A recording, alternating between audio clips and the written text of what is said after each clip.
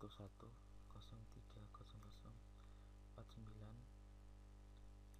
ucapkan terima kasih pada dosen pembimbing saya, Bapak Dengki Asmara.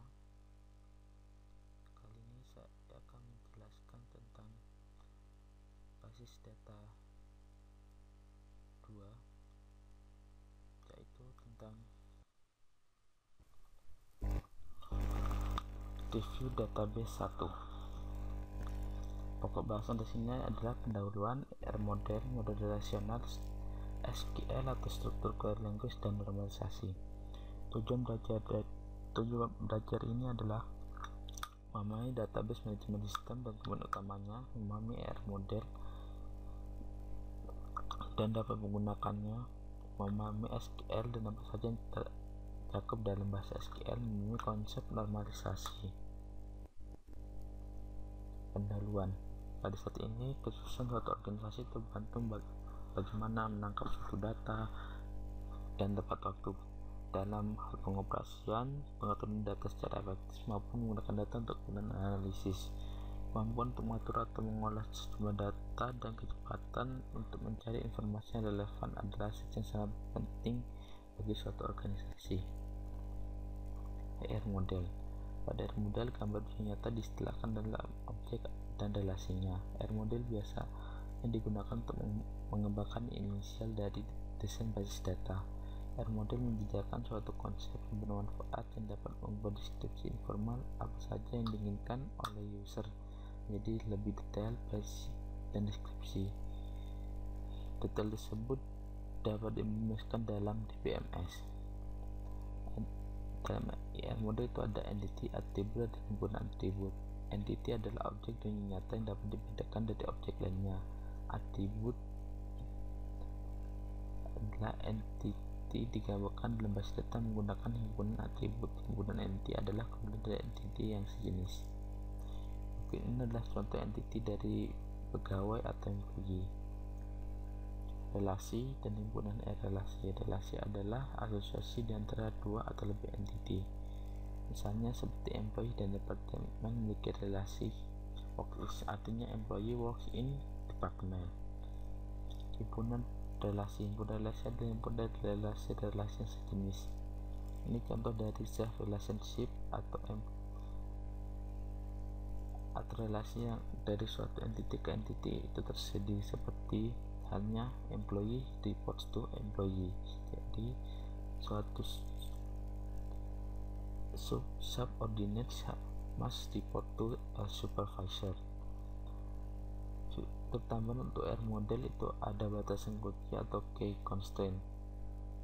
Ini contohnya adalah key constraint antar entity. Ini key constraint, jenis-jenis dari key constraint ada one to one, one to many, many to one, dan many to many. Kemudian ada batasan partisipasi atau participation constraint. Contoh participation constraint seperti ini: employee manage a department and employee works in department. Entity lemah or weak entity. Entity lemah ini biasanya adalah entity yang tidak memiliki primary key, misalnya pada entity dependent. Hierarki kelas. Bisa dilihat employee memiliki cabang-cabang, ada contract employee dan hourly employees. Inilah contoh bentuk dari hierarki kelas. Agregasi. Contoh agregasi bisa dilihat seperti ini. Model relasional. Basis data relasional adalah himpunan relasi. Suatu relasi adalah himpunan kolom atau tuple semua baris yang bersifat distinct atau unik. Relasi dulu menjadi dua macam, ada instant dan yang kedua skema. Contoh relasi bisa dilihat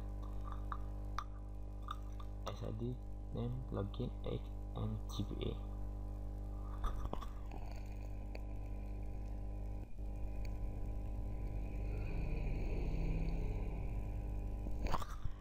Kita dapat melakukan query pada beberapa tabel yang saling berelasi. Jika terdapat tabel enroll yang berelasi dengan tabel student dengan key field SID. batasan integritas atau integrity constant. Batasan integritas adalah suatu kondisi yang harus dinilai benar untuk suatu constant dalam data, misalnya batasan domain. Batasan integritas ada dua, yaitu primary constant dan foreign key. Selanjutnya ada struktur query language. SQL atau struktur query language adalah bahasa relation yang dibuat berdasarkan suatu standar. Untuk SQL dasar adalah sebagai berikut: select, dan yang mau di select dari mana di mana. Bagian-bagian dari sintaks SQL itu adalah from list pada clause from, select list, kualifikasi pada clause where, kata kunci distinct, dan nested query. SQL mendukung 5 fungsi agregat, yaitu count untuk menghitung, sum untuk menjumlah, average rata-rata, max dan min untuk mencari nilai max dan nilai minimum. Selanjutnya adalah normalisasi. Normalisasi adalah perbaikan skema dari suatu database. Latar belakang harus dilakukan suatu normalisasi itu karena adalah penyimpanan informasi yang redundant atau tidak tepat. Contoh bentuk normalisasi itu ada 3. Yang pertama adalah jenis bentuk normalisasi pertama atau 1NF, one normal forms. Suatu relasi dikatakan dalam bentuk normal pertama jika dan hanya jika setiap atribut nilai tunggal untuk setiap atribut nilai tunggal untuk setiap baris. Ini tampak pada tabel tersebut. Tabel 1 bentuknya belum normal karena pada Hobbit terdapat 2 data, yaitu olahraga dan baca buku. Pada Endang C. Pramana dan Samsul dengan musik dan makan. Setelah normalisasi bentuknya jadi seperti ini. Setiap baris itu memiliki satu data. Untuk yang kedua, bentuk normalis kedua, second normal form. Suatu relasi dikatakan dalam bentuk normal kedua jika berada pada normal pertama dan setiap atribut yang kunci dikatakan sebagai terhadap kunci primer. Bisa dilihat nilai itu bergantung pada mata kuliah dan juga bergantung pada NIP, primary key-nya. Jadi seperti ini belum normal sehingga akan dinormalkan terlebih dahulu seperti ini. Hal ini dilakukan agar tidak perlu memasukkan nama Endang C. Pramana sebanyak 2 kali karena membuang memori. Selanjutnya untuk bentuk normal ketiga bisa dikatakan dalam bentuk normal ketiga jika berada dalam kondisi normal kedua dan setiap atribut berkunci tidak memiliki ketergantungan transitif terhadap kunci primer. Contohnya alamat kota ini bergantung pada nama. Setelah dilakukan normalisasi, jadi terhadap 2 tabel. Tabel pertama untuk kode player dan nama, tabel kedua itu hanya nama dan alamat kota. Berikutnya adalah latihan soal. Gambarkan sebuah diagram IR yang mengungkapkan informasi berikut ini. Perusahaan rekaman memutuskan untuk menyimpan suatu informasi mengenai musisi yang mengucapkan albumnya dalam database. Jadi syaratnya tiap musisi itu akan melakukan rekaman. Yang melakukan rekaman di Newton itu punya SSN, nama, alamat, dan nomor telepon. Para musisi yang dibayar lebih rendah akan mendapatkan alamat yang sama dengan musisi lain dan satu albumnya satu nomor telepon. Dan instrumen digunakan merekam berbagai macam lagu di Newton punya nama. Setiap album dicatat mempunyai judul rekaman, tanggal, copyright, format, contohnya CD atau MC, dan sebuah identifikasi album. Tiap lagu yang dicatat di Newton memiliki judul dan pengarang lagu. Tiap musisi mungkin memainkan beberapa instrumen dan tiap instrumen dapat dimainkan oleh beberapa musisi. Tiap album mempunyai beberapa lagu di dalamnya, tapi tidak ada lagu yang muncul bersamaan dalam satu album. Tiap lagu dibawakan oleh satu atau lebih musisi dan seorang musisi bisa mengerjakan beberapa lagu. Tiap album dibawakan seorang musisi yang berperan sebagai produser. Seorang musisi bisa menghasilkan beberapa album.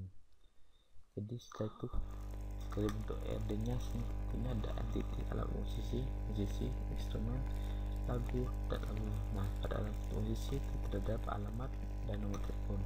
Pada musisi ada SSN dan nama musisi. Pada instrumen terdapat kunci musik dan nama. Di album ada album maju, formatnya, tanggal produksinya, dan tanggal rekaman. Pada lagu ada ID lagunya, judulnya, dan pengarang lagu. Jadi setiap musisi itu memiliki alat musisi, dan musisi itu memainkan instrumen. Setiap musisi itu juga memiliki album, dan musisi bisa membawakan lagu. Di setiap lagu pasti mempunyai album. Aku bisa katakan setiap dalam album pasti ada lagunya. Jadi perhatikan skema relasi yang berikut ini. Ada employee, ID-nya integer, enigma string, egg integer, salary-nya real. Berikan contoh konstruksi yang melibatkan relasi departemen apa saja yang Anda masuk konstruksinya pada usia bisa bersektor pada departemen. Jadi jawabannya untuk employee-nya ada seperti ini. Kemudian untuk works, ID-nya integer, date integer, base time-nya integer. Jadi works, date semuanya integer. Nah, pada date departemen ID-nya integer, dinamnya string, budget real, manager ID-nya integer. Ini departemennya integer, dinamnya string, budgetnya real, dan ID-nya integer. Lakukan normalisasi pada tabel kuliah menjadi atribut kode kuliah, nama kuliah, SKS, semester, nama dosen, waktu kuliah, ruang.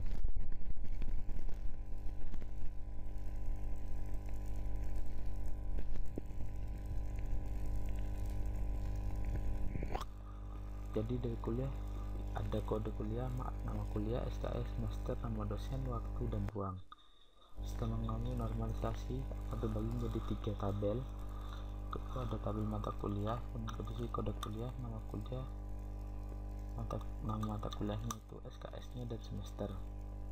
Kemudian tabel dosen itu kode dosen dan nama dosennya, jadwal kuliah. Pada jadwal kuliah itu ada kode kuliah, kode dosen, waktu, dan ruang. Sekian presentasi dari saya. Bila ada salah, saya mohon maaf. Terima kasih atas perhatiannya. Sampai jumpa.